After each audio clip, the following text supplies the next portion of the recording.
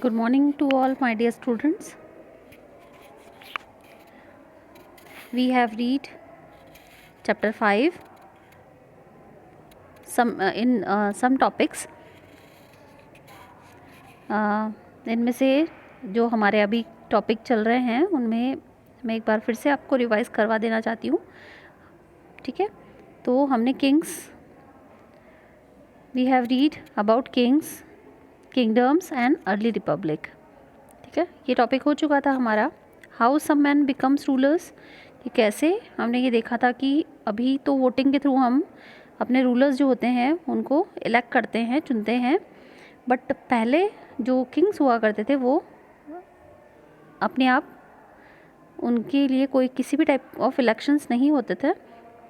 ये हमने जो हमारा ये टॉपिक है उसमें मैंने एक्सप्लेन कर दिया था. That next one is varnas. वो टाइप्स ऑफ वर्न्स हमने पढ़े थे. एंड देन जनपद जो कि कैपिटल सिटीज़ जो होती है उनसे छोटी जो टाउन्स, विलेजेस ऐसा होता है उनको जनपद्स कहा जाता था, जहाँ पर फ्यू कम्युनिकेशन में जो लोग होते हैं वो यहाँ पर होते थे, कि कुछ ही लोग यहाँ पर, मतलब ज़्यादा क्वांटिटी में नहीं, पॉपुलेशन बहुत कम हुआ करती थी यहाँ की. जनपद जो जिनको कहा जाता था, और अधिकतर यहाँ पर जो जनपद होते थे वो ज़्यादा वेल नहीं होते थे. ठीक है, मतलब उनको कह सकते हैं हम कि वो ज़्यादा एडवांस नहीं होते थे, उनमें फैसिलिटीज़ की भी कमी होती थी. ये सारी चीज़ें जनपद में पाई जाती थी. एक सिंपल हम विलेज सिस्टम या टाउन सिस्टम समझ सकते हैं जनपद से. ठीक है, ये टॉपिक भी हो चुका था हमारा. देन नेक्स्ट वन इज़ महाजनपद जो कि 2500 ईयर्स पहले जो जनपद होते थे, वो कुछ जनपद जो होते थे वो बहुत पावरफुल माने गए हैं और बहुत डेवलप्ड हो चुके थे. उसके बाद में उनको महाजनपद बना दिया गया था. और जो जनपद होते थे उसमें जो किंग्स होते थे वही उनमें राज्य किया करते थे. इसके बाद जो महाजनपद होते थे वो कैपिटल सिटी भी माने जाते थे. इसमें बहुत सारी जो है, हमने इस मैप में बहुत सारी कैपिटल सिटीज़ जो है इनके बारे में हमने बात की थी, और मैंने इसमें एक्सप्लेन भी आपको किया था. और अधिकतर जो कैपिटल सिटीज़ होती थी, महाजनपद जो होते थे वो फोर्टिफाइड होते थे, मतलब कि किलाबंदी उसमें की होती थी. और अलग अलग वैरायटी ऑफ, जैसे वुड्स है, ब्रिक्स है, स्टोन है, उनको बिल्ड करने के लिए बनाए जाते थे किले की दीवारों को. एंड इसके बाद में जो हमारा नेक्स्ट है कि किले क्यों बनाए जाते, फोर्ट्स क्यों बनाए जाते थे. तो फोर्ट्स बनाए जाते थे कि अफ्रेड ऑफ अटैक्स, कि लोग डरे रहते थे अटैक से, उसके कारण प्रोटेक्शन के हिसाब से किंग्स को पीपल को प्रोटेक्ट करने की नीड होती थी, इसके कारण फोर्ट्स बनाए जाते थे. Okay, and there is a topic कि फोर्ट्स क्यों बनाए जाते थे. और रूलर वांट, अधिकतर खुद को रिच एंड पावरफुल बताना चाहते थे.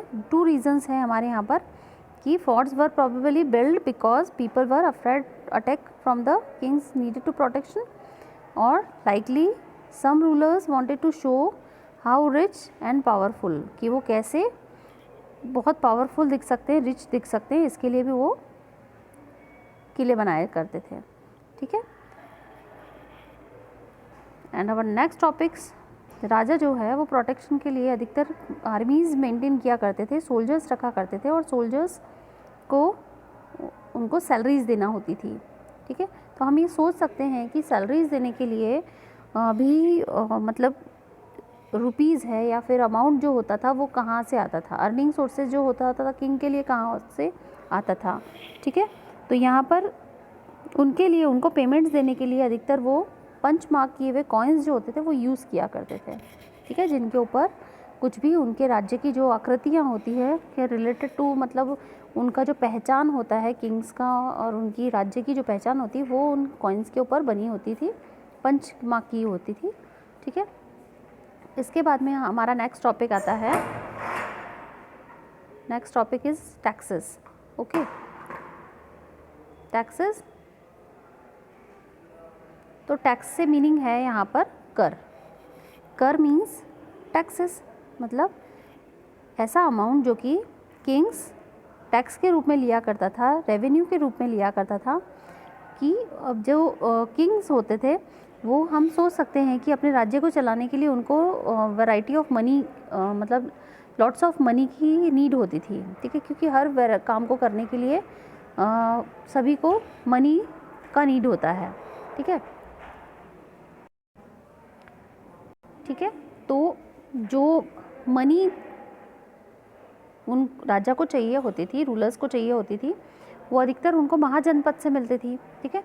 और महाजनपद को और ज़्यादा डेवलप बनाने के लिए उनको टैक्सेस की ज़रूरत पड़ती थी, ठीक है। और आम जनता इस टैक्स को दिया करती थी रेवेन्यू के रूप में, ठीक है, कर के रूप में दिया करती थी। तो फर्स्टली जो टैक्स होते थे as the rulers of the Mahajanapada पर बिल्डिंग्स यूज फॉर, बड़े बड़े बिल्डिंग्स बनाने के लिए, उनको फोर्ट्स, किले बनाने के लिए, मेंटेनिंग बिग आर्मीज़ को, बड़ी बड़ी आर्मीज़ जो है उनको मेंटेन करने के लिए चाहिए था। अब उनको आर्मीज़ को मेंटेन करने के लिए सबसे फर्स्टली तो उनको सैलरीज देनी पड़ेगी, उनके खाने की व्यवस्था करनी पड़ेगी, इसके बाद में उनका जो ड्रेसअप है, उनका जो कॉस्ट्यूम है आर्मीज़ का, उनको देना पड़ेगा।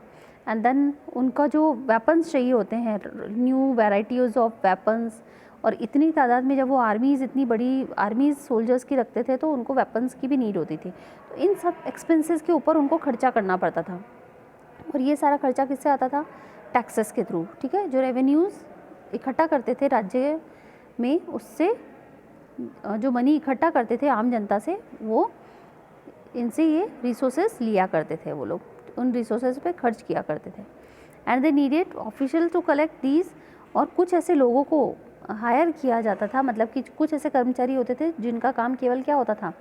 टैक्स वसूलना होता था, ठीक है। आम जनता से टैक्स लेने का काम ही उनका हुआ करता था, और उनको कलेक्ट ऑफिशियल्स करते थे, मतलब कर्मचारी करते थे, सरकारी कर्मचारी जो राजा के कर्मचारी हुआ करते थे। So instead of dependent the occasional gifts brought by the people, और इन राजा के लिए ये डिपेंड होता, मतलब कुछ लोग जो राजा के कर्मचारी है वो डिपेंड होते थे, क्योंकि कुछ लोग जो होते थे वो रेवेन्यू से ज़्यादा भी जो गिफ्ट्स होते थे वो भी राजा को दिया करते थे, ठीक है। ऑफिशियल गिफ्ट्स दिया करते थे, और पीपल के द्वारा ही गिफ्ट दिए जाते थे। As in the case of the rajas and the janapadas, they started collecting regular taxes, और उन्होंने ये जो गिफ्ट लेने का तो था ही सही, उसके बाद उन्होंने रेगुलर टैक्सेस भी लेना उन्होंने कलेक्ट करना शुरू कर दिया, ठीक है। इसके बाद आता है कि how many types of taxes. अब हम बात करते हैं कि टैक्सेस कितने टाइप्स के होते हैं। तो टैक्सेस, हमारे फर्स्ट टैक्स जो होता था वो क्रॉप्स पे लगाया जाता था। क्रॉप्स मतलब यहाँ पर होता है फसलों के ऊपर टैक्स लगाया जाता था, ठीक है।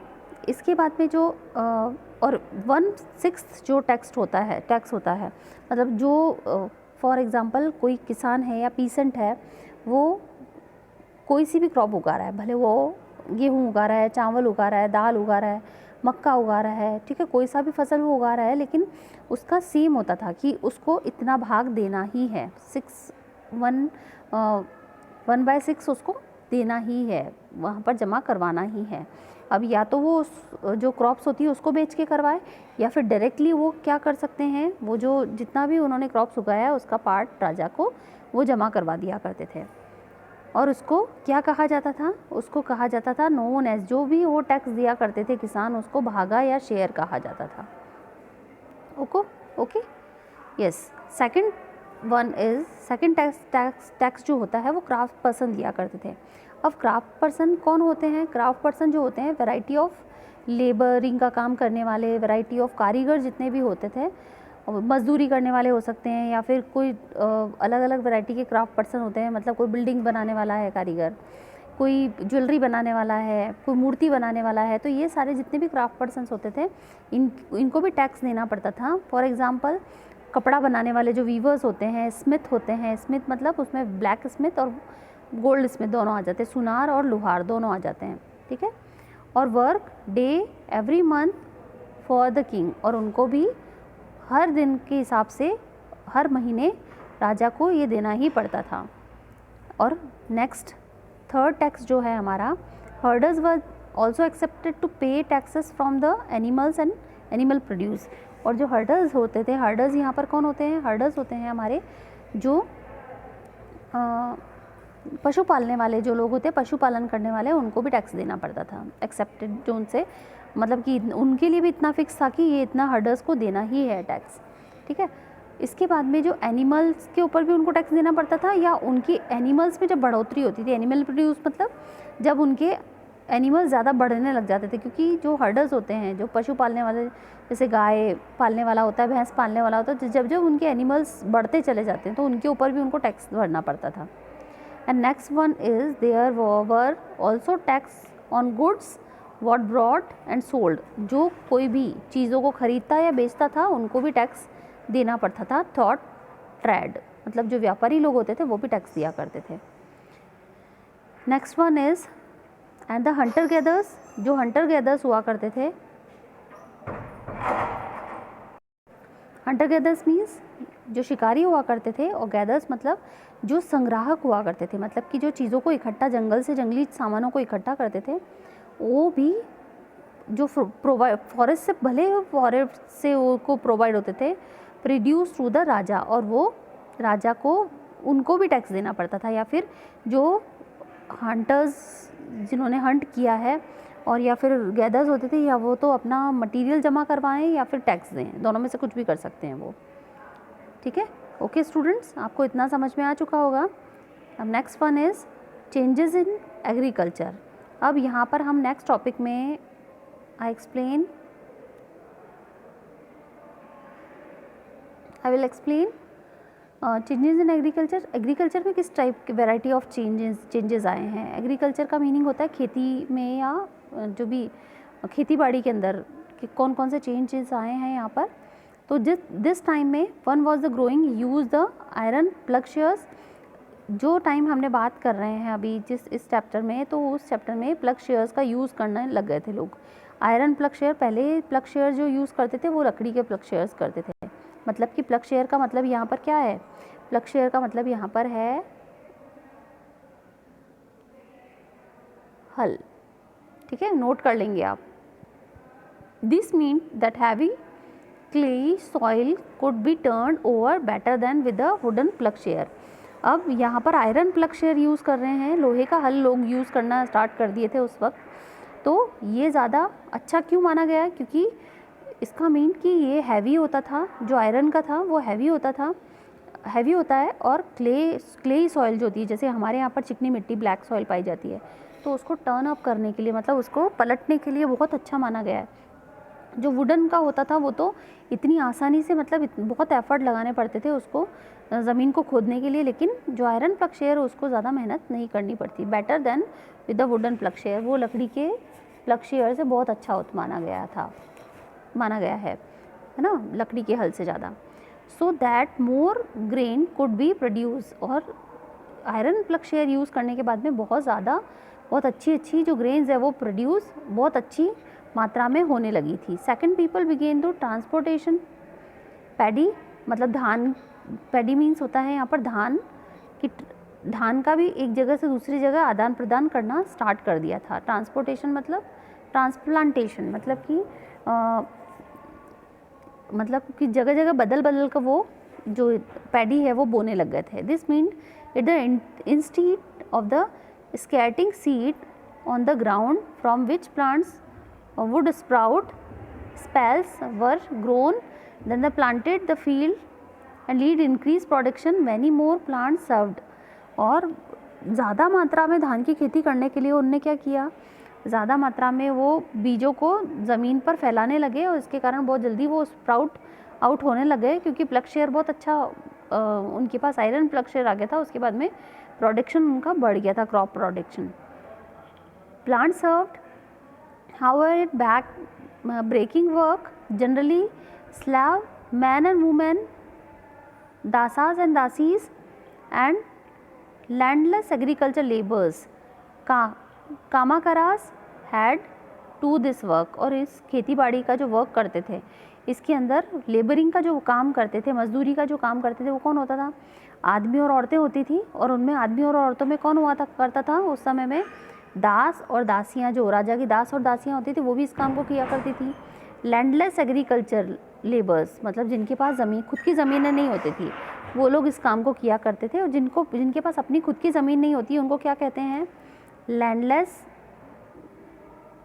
ये it is very important. Landless agriculture labours उनको कहा जाता है कामाकराज। कामाकराज जो होते थे वो लेबरिंग वर्क का, एग्रीकल्चर में लेबरिंग वर्क करने के लिए यूज़ किया करते थे उनका। अब मगध जो है उनका क्लोज़र लुक, हम मगध को पास से और जानेंगे, ठीक है। तो मैप नंबर 4 में मगध के बारे में हमने देखा था, इम्पॉर्टेंट महाजनपद माना गया था वो भी। और 200 ईयर्स अबाउट, उसके अंदर 200 ईयर्स में क्या क्या हुआ? Many rivers such as the Ganga and the Son flowed थॉट आउट द मगध। अब जो मगध है उनसे कौन कौन सी रिवर्स निकलती है? Many rivers such as the Ganga and Son, two types of rivers निकलती है। और वो कहाँ से निकलती है?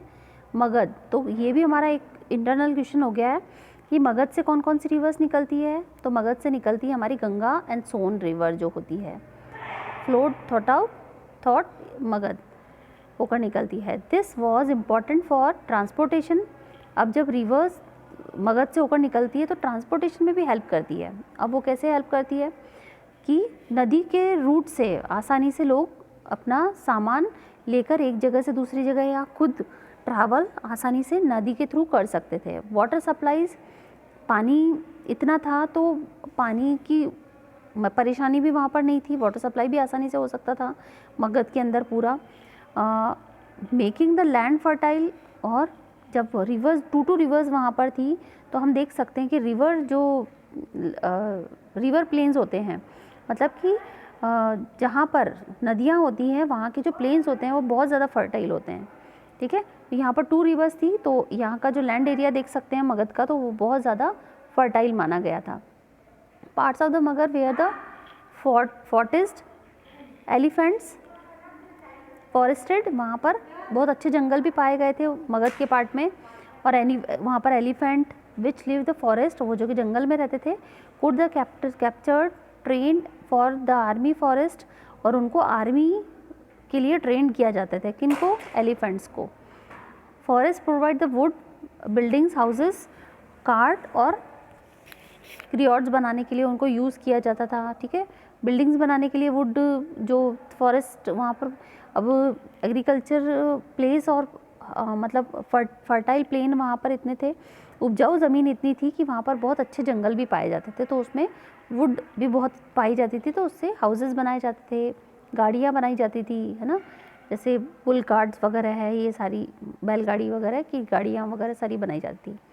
अब there were iron ores mines in the region, इसके अंदर यहाँ पर आयरन ओर मतलब धातु, यहाँ पर धातु की जो खदानें हैं, धातु की खदानें जो हैं वो भी पाई जाती थी। मतलब उसमें आयरन मतलब लोहा जो धातु है वो आयरन की खदानें भी यहाँ पर होती थी। ज़मीन के नीचे से मिलता है ना हमको आयरन मिनरल, वो भी यहाँ पर, इनकी माइंस भी यहाँ पर पाई गई हैं। Could trap the make strong